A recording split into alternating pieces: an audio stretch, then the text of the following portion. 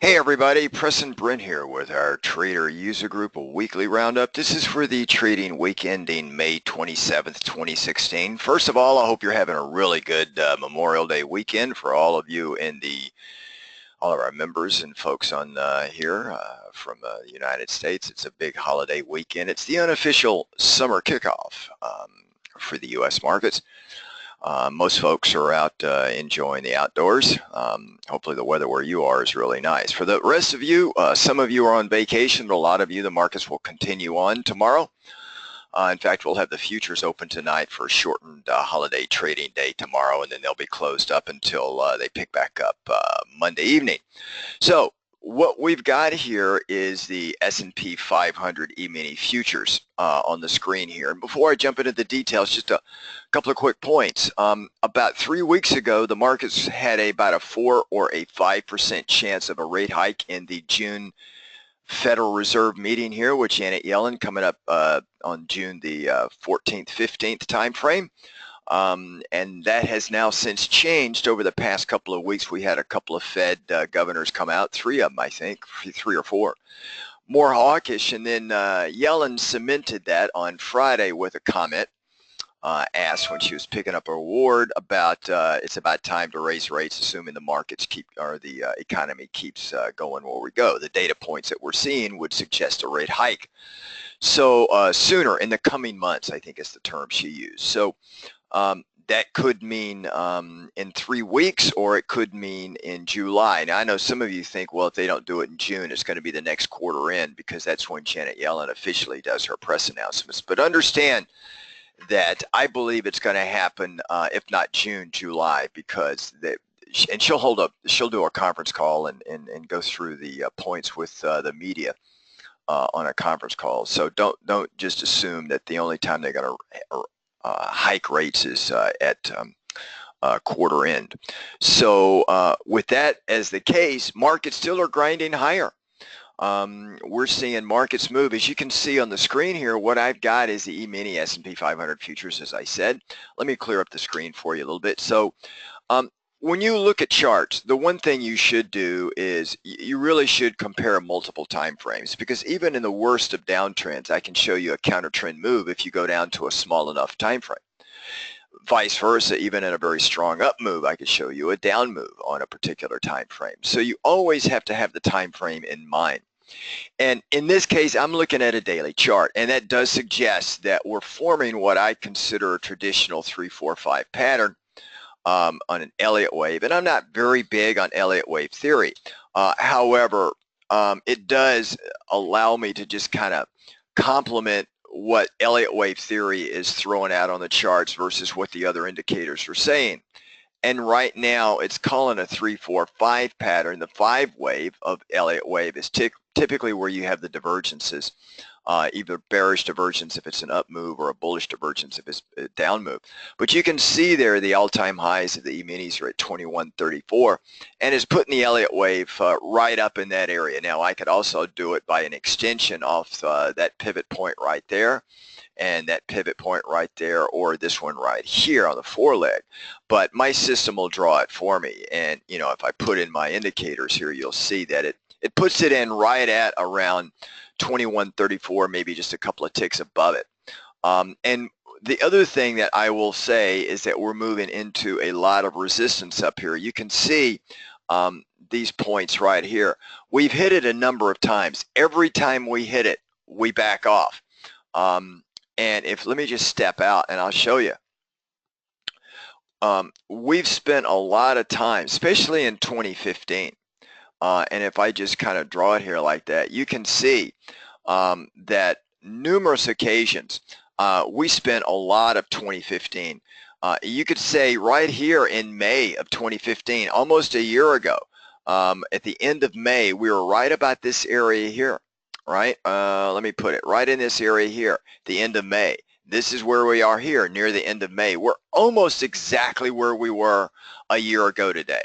We haven't moved hardly at all point to point. Now, in the interim, we've had a lot of violent moves to the downside, but we've always had really good signals that got us long on these second up moves. So we've been able to take advantage of that. However, we're coming back up to this resistance point right here, and you could see this zone.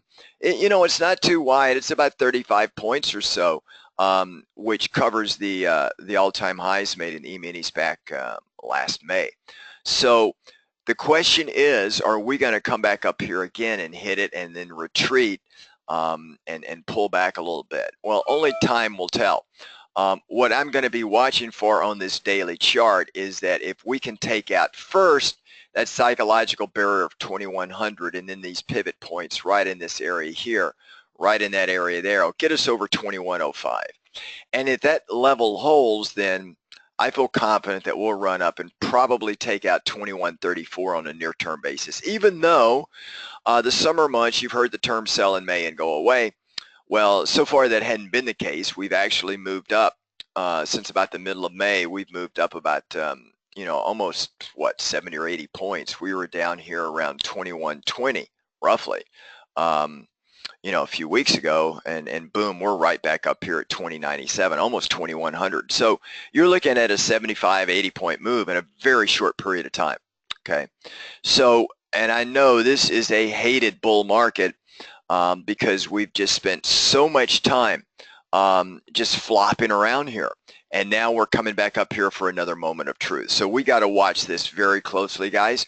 The more we fail up here, then the more you're going to see the bulls kind of stand aside, probably through no choice of their own. You're going to see the bears start to pick this up and drive it back down again.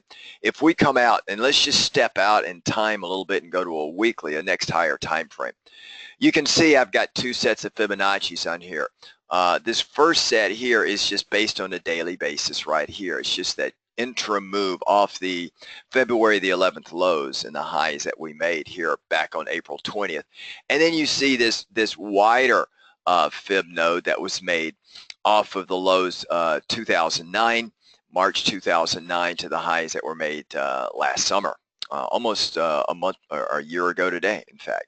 So we've got two sets of Fibonacci's on here, and I'm looking for any kind of correlation between them, but we don't have, because we've been trading essentially in between the high and a 0.236 pullback zone for over a year, right? Come back from that point there to this point here. It's been about a year, and we've come close to testing the top. We bounced off the bottom, and now we're back up at the top again. So at this weekly time frame, guys, we've been in just a very wide range, okay?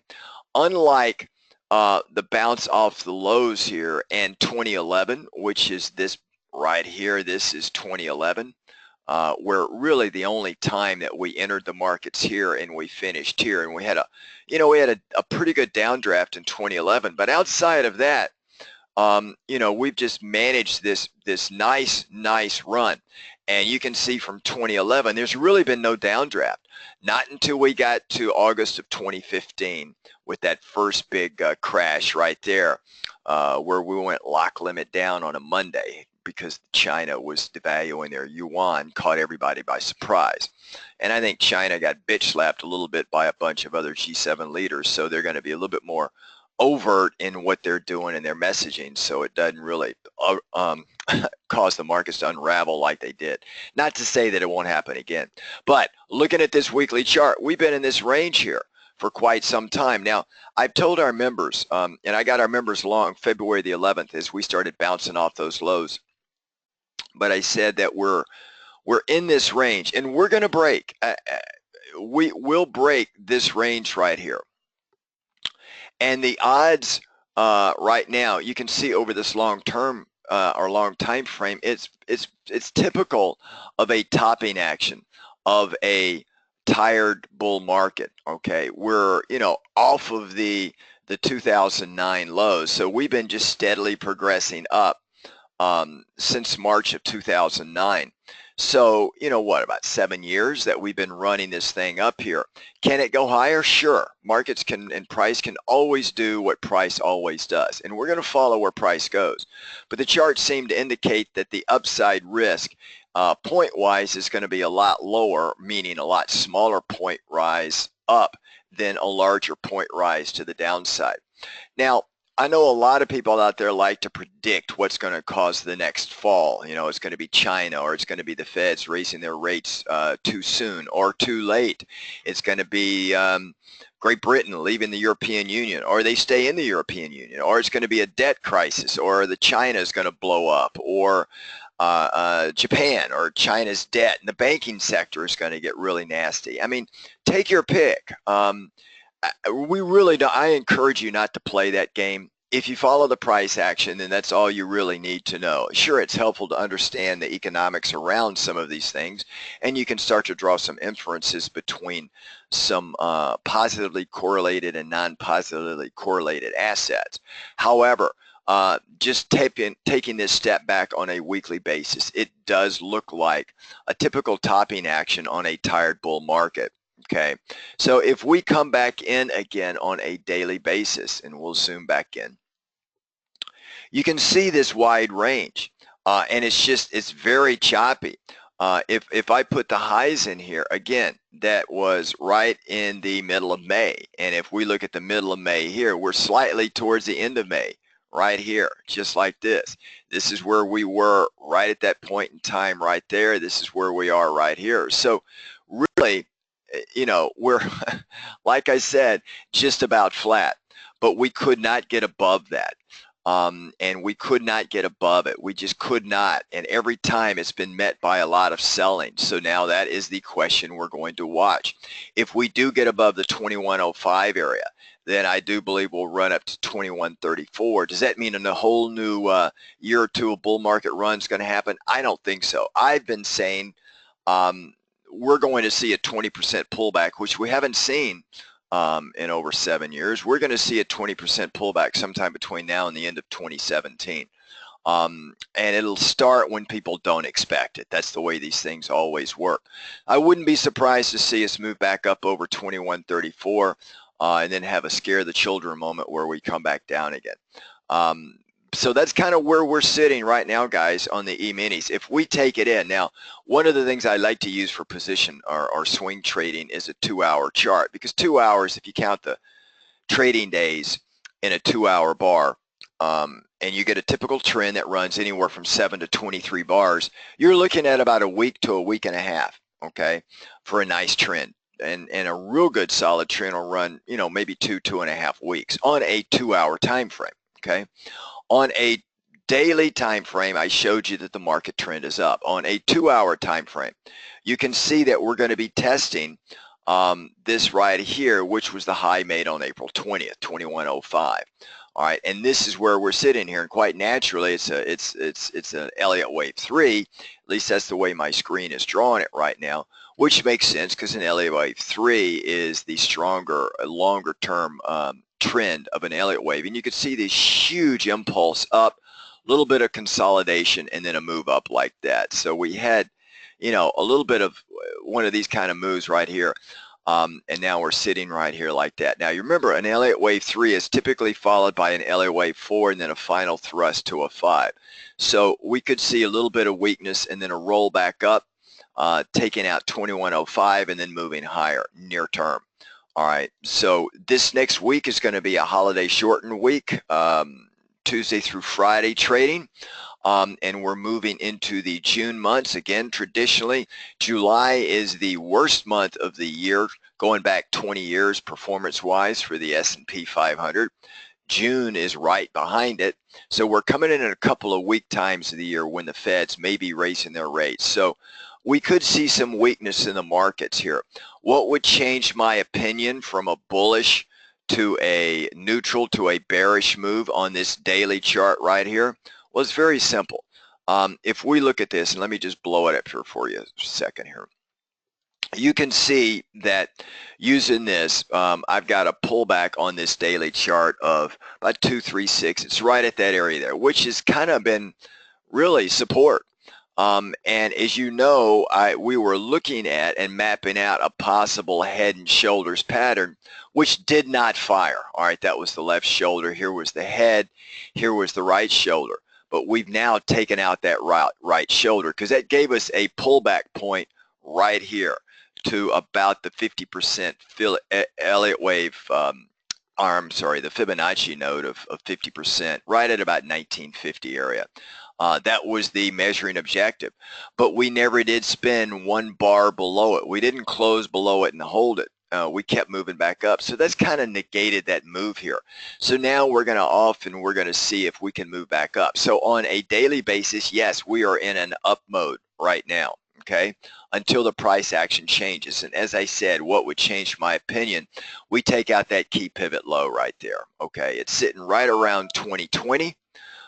Roughly, and that also happens to be right around where the 200 EMA is sitting also. You can see the cross of the 50 and the 200 here to the upside. So this should provide a lot of good support for us. If we look at the breadth of the market, we look at the percent of stocks over their 50 EMA and 200 EMA, we're looking really solid right now.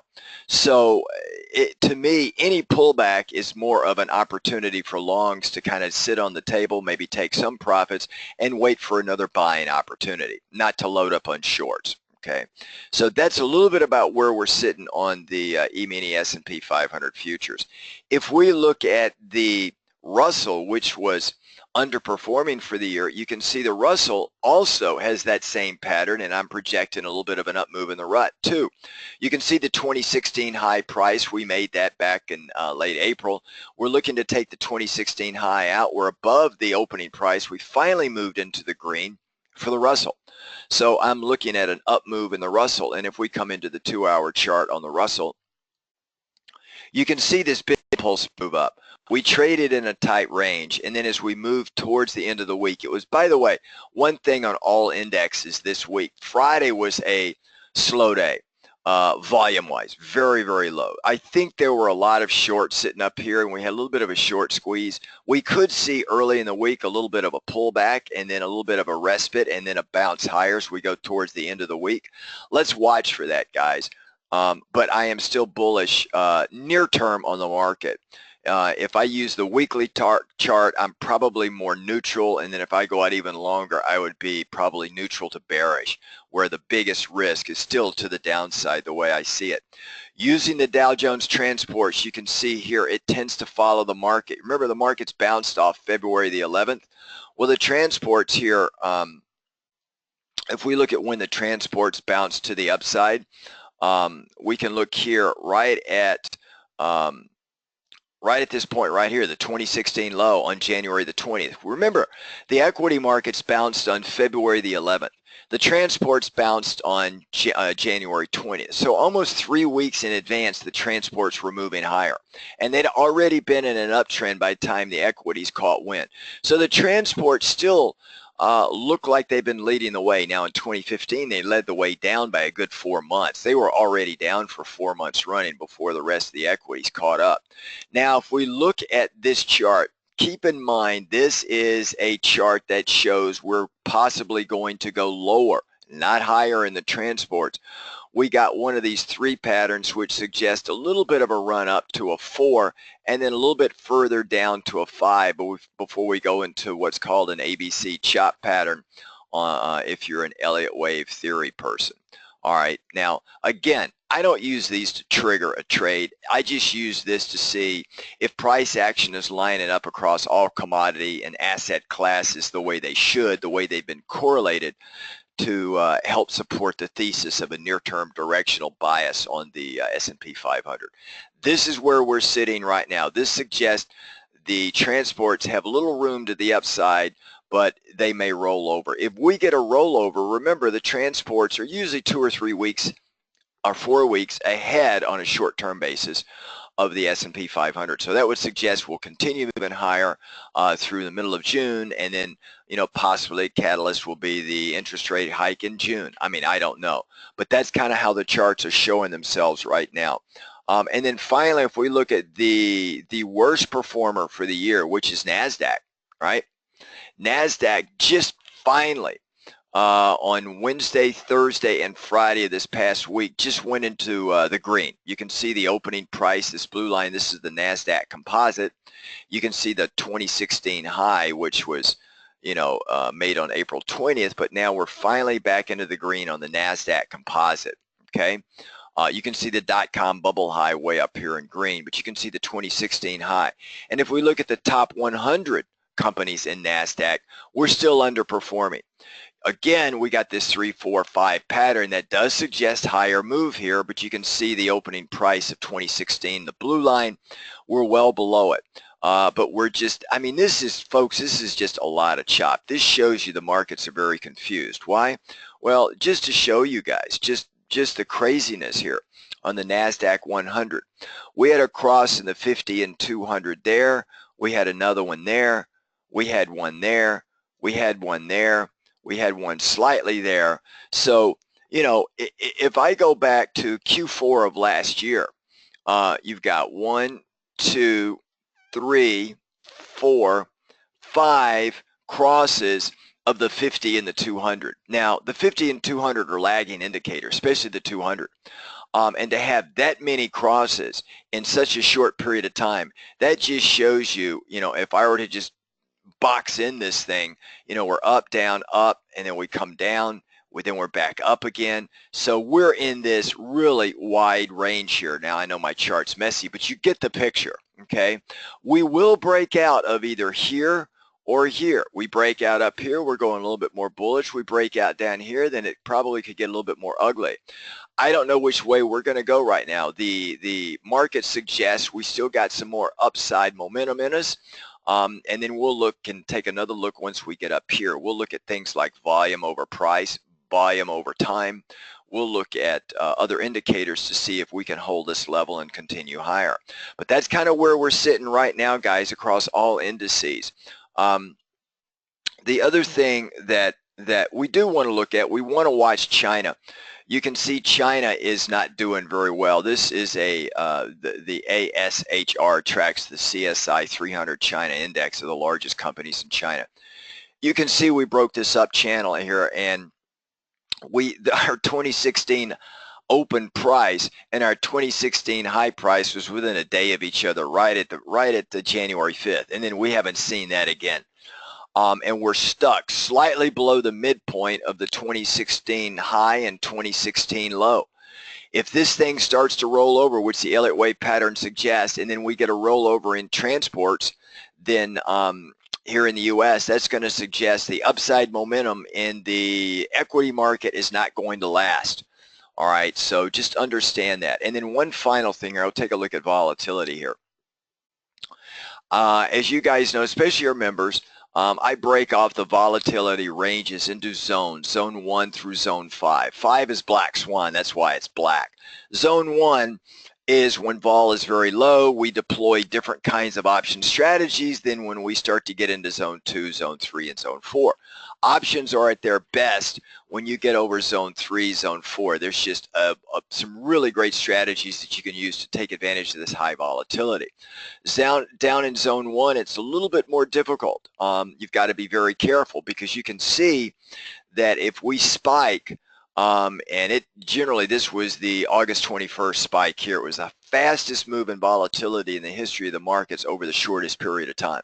It didn't go the highest. I mean, vol spiked up to 53.29. The VIX did, and we've seen higher vol than that, much higher vol than that in the crises that we've had previously. But on the rate of acceleration, it was unbelievable.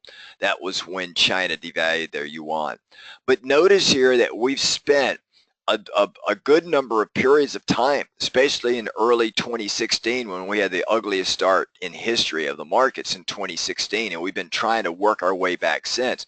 We spent a lot of time in zone 3, poked our head into zone 4 just barely at the end of January, and we made another attempt at it in February the 11th, and then we've just been, since February the 11th, we've been moving back down. I always tell everybody and our members in our user group that once you get down to zone 1, you need to be defensive. I mean, again, we're playing bullish, but I went through a webinar for those of you that attended previous webinars on the butterfly spreads. I spent about 45 minutes showing you a really creative way to hedge the markets using volatility. And it's a very inexpensive way, and it covers against some of these events where volatility moves into zone 3 very quickly, and it can happen. And if you're not in volatility when it starts making the move, it's very hard to jump in after the fact, okay? So I would highly encourage you, if you're not a member of our group, to either go take a look at the Butterfly webinar series. You'd have to buy it if you're not a member, or come on in and join us, and then it's worth its weight in gold just for the hedging piece of it alone. Because I think it's a nice way to hedge your portfolio. Now, we've got a lot of stocks that we're running that we're long on, and we've got not a lot, but we've got some, and we're watching the Treasury market. We're looking at interest rates. We're playing the currency markets. We've also got a trade in gold. We've got a trade in energy and oil, and we've got a trade in the agricultural markets and soybeans. That's via our secret trader. So guys, if you're not a member, I highly encourage you to come on in and check us out. We got an international group of folks, and it's a lot of fun. We're having fun. On this offer here, you'll see a Memorial Day offer. It's just for education only. But if you're willing to do that, I would probably just point you over to a membership instead. All right, everybody, have a really great Memorial Day weekend. For those of you that celebrate here in the U.S., for the rest of you guys, markets will be very low volume on Monday, holidays throughout. U.S. markets will pick back up. The futures market will pick back up Monday evening at 6 p.m. New York City time. And then we'll have a shortened holiday, a shortened trading week. All right, everybody, take care, and I'll see our members Tuesday morning with our pre-market trader webinar, 7:30 New York City time. Ciao, everybody.